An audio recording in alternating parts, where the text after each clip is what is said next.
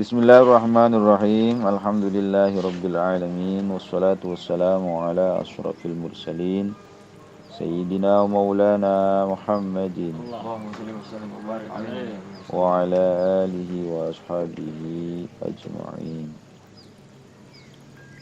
Amma ba'du.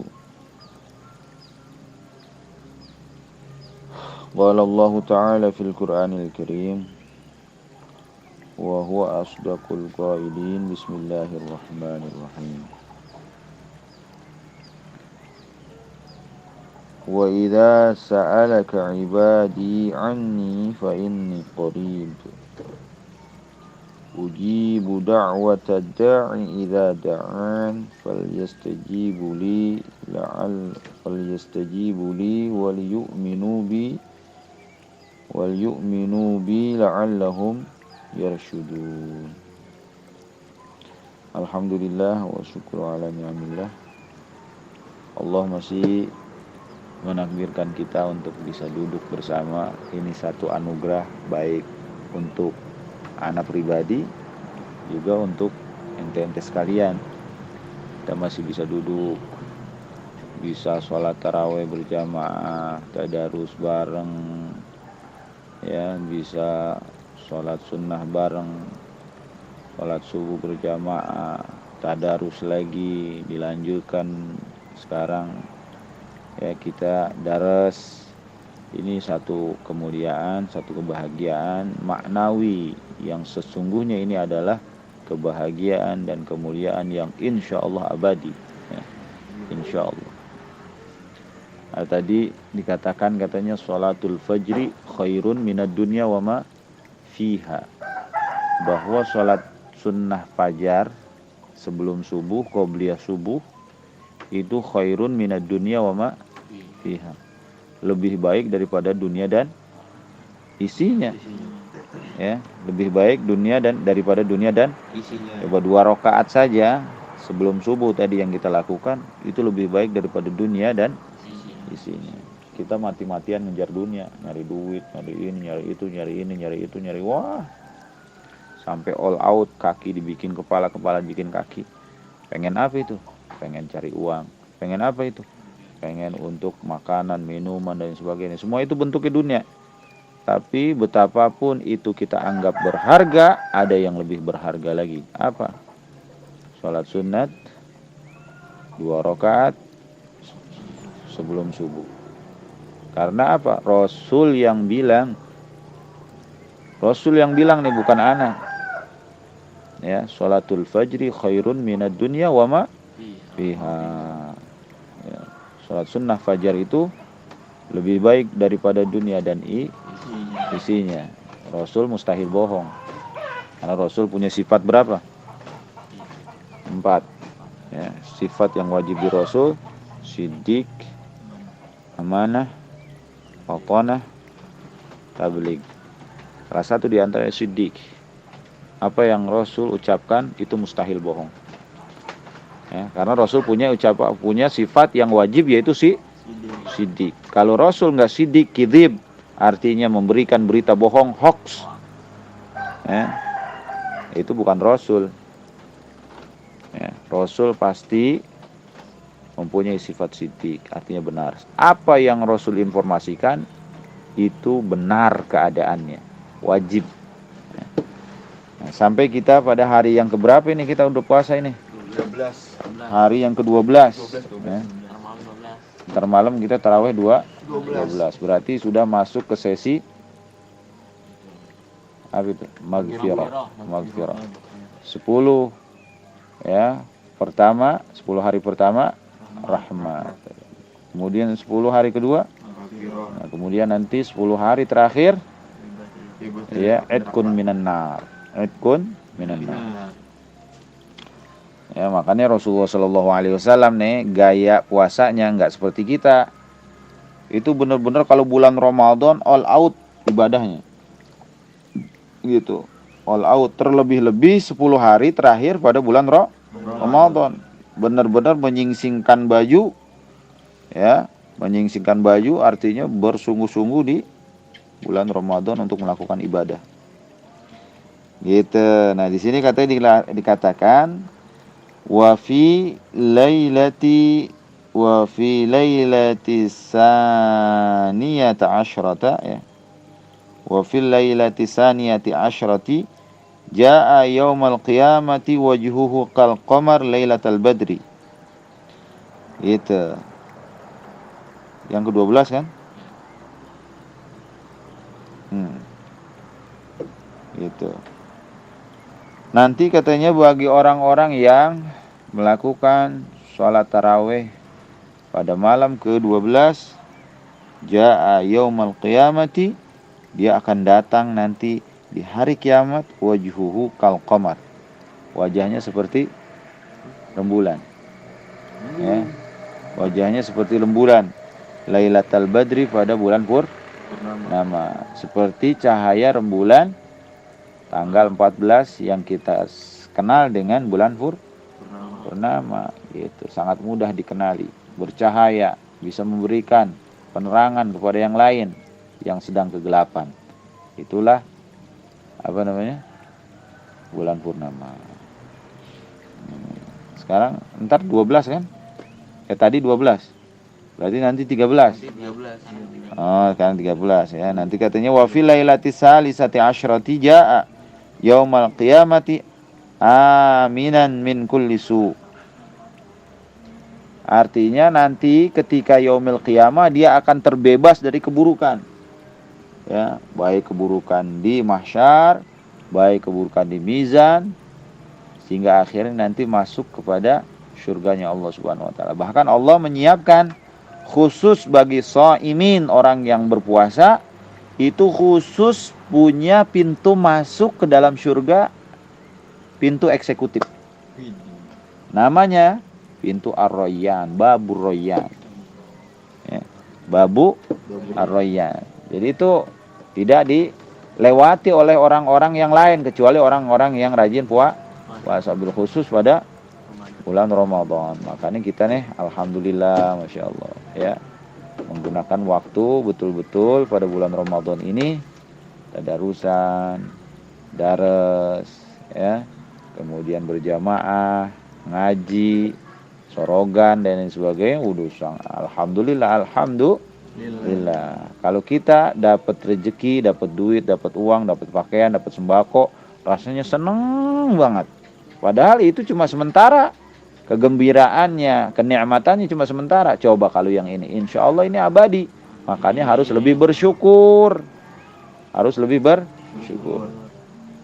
Gitu. Jadi pada hari ke-13 ini katanya jaa yaumul qiyamati aminan min kulli su. Nanti di akhirat orang yang melakukan sholat tarawih pada malam ke-13 akan aman daripada keburukan-keburukan akhirat, baik itu di hisab, baik itu di mizan, baik itu di mahsyar, baik itu di sirat ya, di sirat. Gitu. Nah, ini perlu kita ketahui bahwa puasa dari Ramadan ke Ramadan itu kafaratun bainahuma. Jadi kita nih puasa bulan Ramadan ini mengkifarati katanya, berusaha mengimbangi, berusaha menebus daripada dosa-dosa yang kita lakukan selama 1 tahun. Karena di sini katanya seperti di dalam kitab Bidayah ya, dalam Bidayah gitu. Jadi puasa ini sebagai satu media penghapus dosa. Dosa. Nah, kalau dosa tahunan itu bisa insya Allah dikifarati dengan puasa Dzulqa'dah, Dzulhijjah, Muharram, Rajab ya, dan lain sebagainya daripada bulan-bulan Ashhurul Hurum. Jadi gini, Rip. 1 tahun itu berapa bulan? 12 bulan. 12 bulan. 1 dari mulai bulan apa nih, Ri? Januari lagi. Ya, bulan apa, Rip? Muharram. 2. Safar. 3. Rabiul Awal. Muharram, Safar, Rabiul Awal. 4. Rabiul Tsani. 5. Jumadil Ula. kemudian Jumadil Akhir, kemudian Rajab, kemudian Sa'ban, kemudian Ramadan, kemudian Syawal, kemudian Dzulqa'dah, kemudian Dzulhijjah. Ya, Dzulhijjah. Nah, di antara 12 bulan ini ada yang namanya Ashhurul Hurum. Bolehlah dikatakan rajanya daripada 1 tahun. Yaitu berapa? 4 bulan.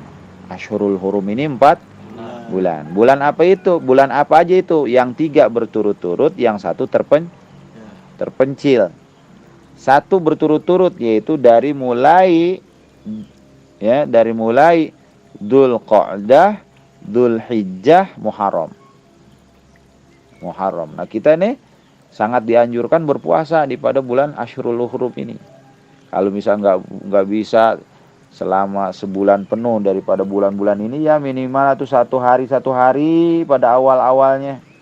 Awal bulan Dzulqa'dah, awal bulan Dzulhijjah, awal bulan Muharram. Ya. Nah, kemudian 1 bulan lagi adalah bulan Rajab. Bulan apa katanya, Rib? Bulan Rajab. Ya. Nah, insya Allah puasa-puasa pada bulan-bulan haram ini, Ashhurul Hurum ini, akan mengkifarati dosa 1 tahun yang telah kita lakukan, termasuk bulan Ramadan. Gimana caranya menghapus dosa interval waktu bulanan? Kalau tadi tahunan, dengan cara melakukan puasa ayat sunnah yang dinamakan Ayyamul Bid. Ayyamul Bid. Ya. Ayyamul Bid ini apa artinya? Ayyam ini hari, Bid ini putih. Kenapa dikatakan hari putih? Kita disunnahkan puasa pada Ayyamul Bid, artinya hari-hari putih. Hari putih bagaimana, Ustaz? Ini apa, di chat apa bagaimana? Bukan di chat. Tapi artinya pada hari-hari di mana malamnya sinar rembulan sedang terang-terangnya. Sedang terang-terang, yaitu pada tanggal 13, 14, 15. 13, 14, 15. Tapi ini hijriyah hitungannya ya, bukan tadi jawaban Ari, Januari, Februari, Maret, April, bukan. Tapi tadi itu Muharram, Safar, kemudian Rabiul Ula, Rabiul Tsani, Jumadil Ula, Jumadil Tsani, ya, kemudian Rajab, Sa'ban, Ramadan, ya, Syawal, Dzulqa'dah, Dzulhijjah. Itu tuh. Nah, pada bulan-bulan ini kita dianjurkan, disunnahkan untuk melakukan puasa 3 hari pada setiap bulannya, yaitu tanggal 13, tanggal 14, tanggal 15 yang dinamakan dengan Ayyamul Bid. Nah, ini katanya apabila melakukan puasa pada Ayyamul Bid, ini menghapus dosa interval waktu bulanan. Kalau tahunan tadi tuh Ramadan, kemudian apa lagi? Ya, puasa di bulan Ashhurul Hurum, ya, bulan Dzulqa'dah, Dzulhijjah, Muharram, dan bulan satu lagi Rajab. Ashhurul Hurum berapa katanya, Rif? 4, 1, 2, 3 Muharram, 4 Rajab, 3 1 terpencil. Gitu tuh, awas nih. Ya, jadikan ini sebagai khazanah keilmuan kita, sedikit demi sedikit, ya. Nah, itu kalian interval waktu bulanan. Sekarang interval waktu mingguan. Tahunan udah, Rip, tahunan mulu. Ya, abang-abang belum THR, ini tahunan lagi, tahunan. Tenang, nanti dikasih THR. Ngingetin mulu romannya. Ya. Tenang, nanti dikasih THR, kasih THR doa. Kasih THR doa, Rip. Ya, anak aja belum ada yang ngasih THR. Ya. Awas. Ingatnya tahunan mulu. Ngobong-ngobong belum dikasih THR. Wa fil usbu, jadi bisa menghapus dosa interval waktu mingguan. Dengan cara apa? Berpuasa pada hari Senin, hari Kamis. Ya. Yaumul Khamis dan Yaumul Isnin. Baiknya nanti hari Kamis lanjutin tuh ke Jumat. ya, lanjutin ke Jumat. Jadi puasa hari Senin kita puasa, kemudian puasa lagi hari Kamis, kemudian besoknya Jumat puasa lah lagi. Cuma jangan puasa khusus di hari Jumat, nggak boleh. Ya, misalnya hari puasa Kamis kagak dia mah, Rebo enggak, Sabtu enggak, puasa aja di hari Jumat itu makruh hukumnya. Makruh. Atau puasa satu hari saja di hari Sabtu, atau puasa satu hari saja di hari Minggu, ngerti nggak? Ya, tapi kalau misalnya diawali dulu dengan hari sebelumnya, misal Sabtu sama Jumat, atau Sabtu sama Minggu, atau Jumat dengan Kamis, ya dengan Khamis, atau Ahad dengan Senin. Nah itu enggak makruh, bahkan sunnah, ya. Paham ya? Gitu. Jadi ini penting sekali kita camkan bahwa puasa dari waktu ke waktu itu akan menghapus dosa, ya, di mana waktu-waktu antara kedua waktu puasa ini. Jadi kafaratun bainahuma. Gitu. Jadi puasa nih katanya wala tadunna idza sumta anna shauma huwa tarku ta'ami wasyurbi wal wiqa faqat. Dan kita kalau puasa ini image-nya orang puasa itu biasanya yang penting nggak makan, nggak minum, nggak cukup begitu. Harus gimana?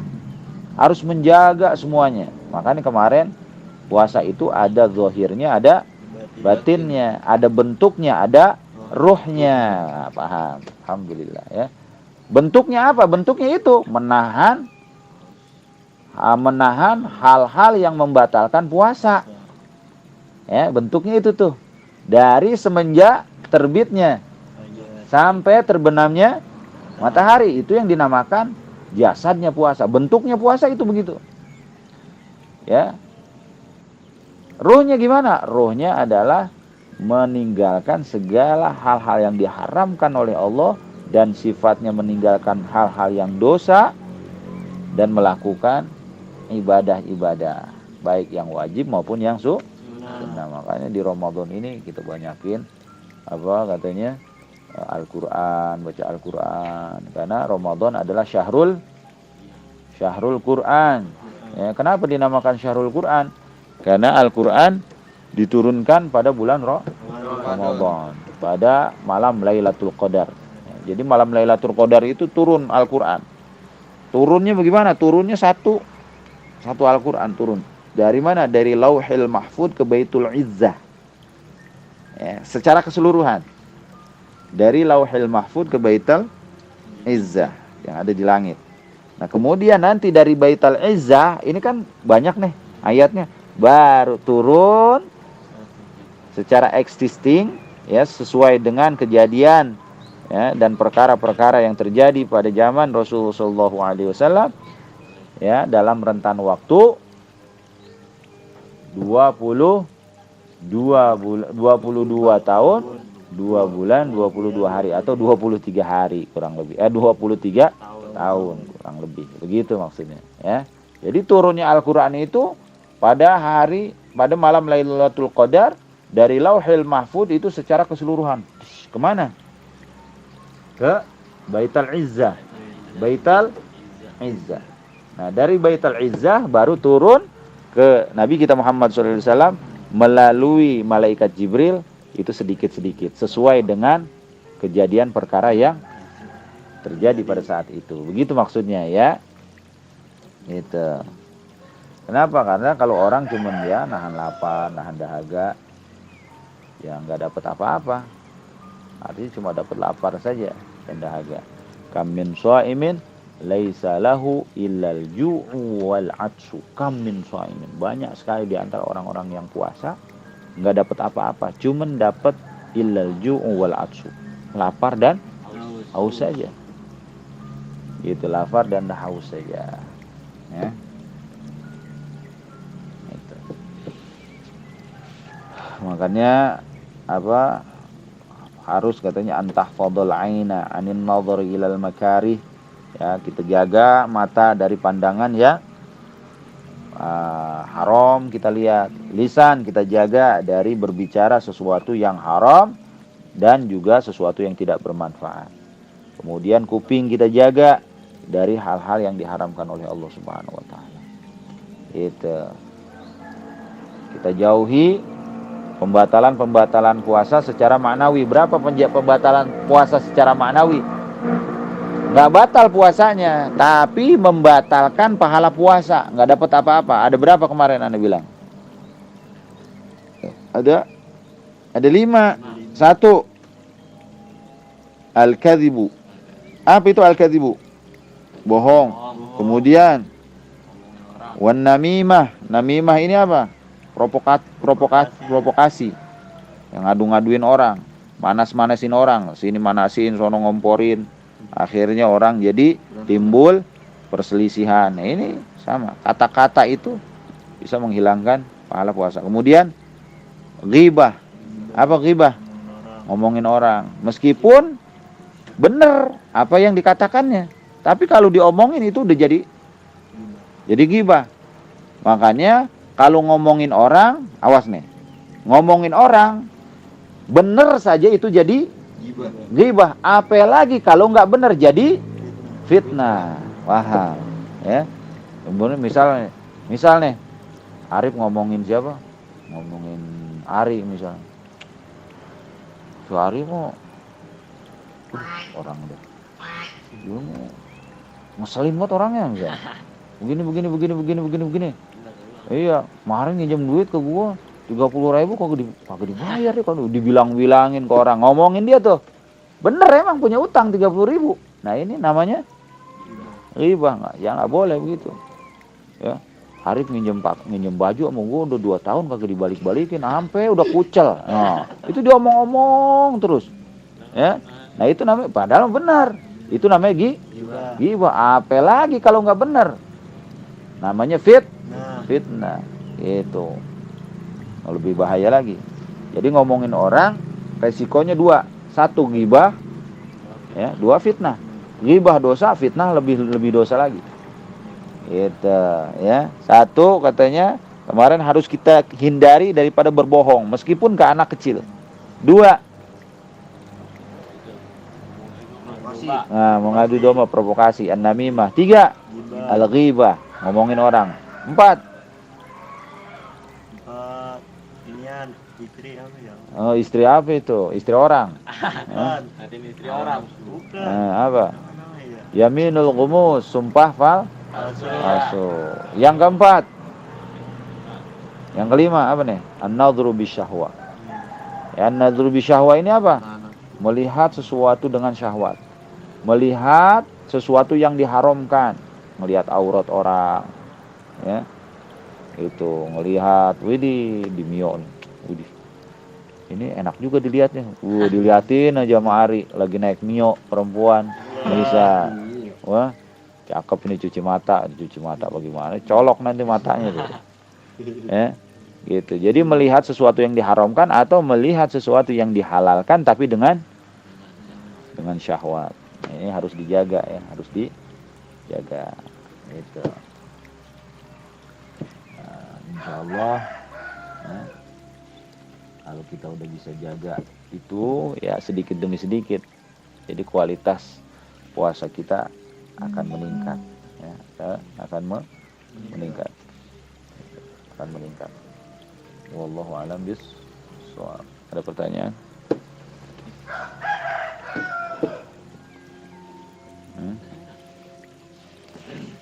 Tapi ini di luar dari puasa sama di luar puasa Mas. Iya, jangan sering-sering main di luar masuk angin. Jadi dalam aja. Ini Bang, pengertian tawadu itu apa sih? Tawadu itu rendah diri. Nah, tawadu itu rendah diri. Artinya rendah diri di hadapan Allah. Itu yang harus itu tawadu itu. Ya, termasuk tawadu kepada sesama makhluk pun harus. Tapi terlebih-lebih tawadu kepada Allah. Ya, kita ini udah rendah di hadapan Allah, tapi banyak orang yang rendah tapi tidak merasa. Nah, ini masalahnya. Ya, kenapa kita harus merasa? Ya, kenapa kita harus merasa? Karena kalau kita tidak merasa, berarti itu sama seperti halnya kita ini lupa akan jati diri kita. Gitu. Yang sebetulnya memang hakikatnya tanpa merasa pun kita udah rendah di hadapan Allah. Siapa sih makhluk hina? Makanya Allah mempunyai sifat seluruh sifat kesempurnaan. Ya, kalau makhluk mempunyai seluruh sifat kekurangan. Nggak ada kesempurnaan satu pun bagi makhluk, nggak ada. Yang kesempurnaan itu semuanya milik Allah. Gitu. Nah, lantas kalau udah begitu, apa gunanya kita merasa? Apa gunanya kita merasa tawadu, rendah diri? Toh pada hakikat kita sudah rendah diri. Nah, inilah pentingnya tawadu. Karena apabila kita tidak merasa rendah diri, ya, kita berarti masuk kepada orang-orang yang menyembunyikan kebenaran, tidak mengakui kebenaran.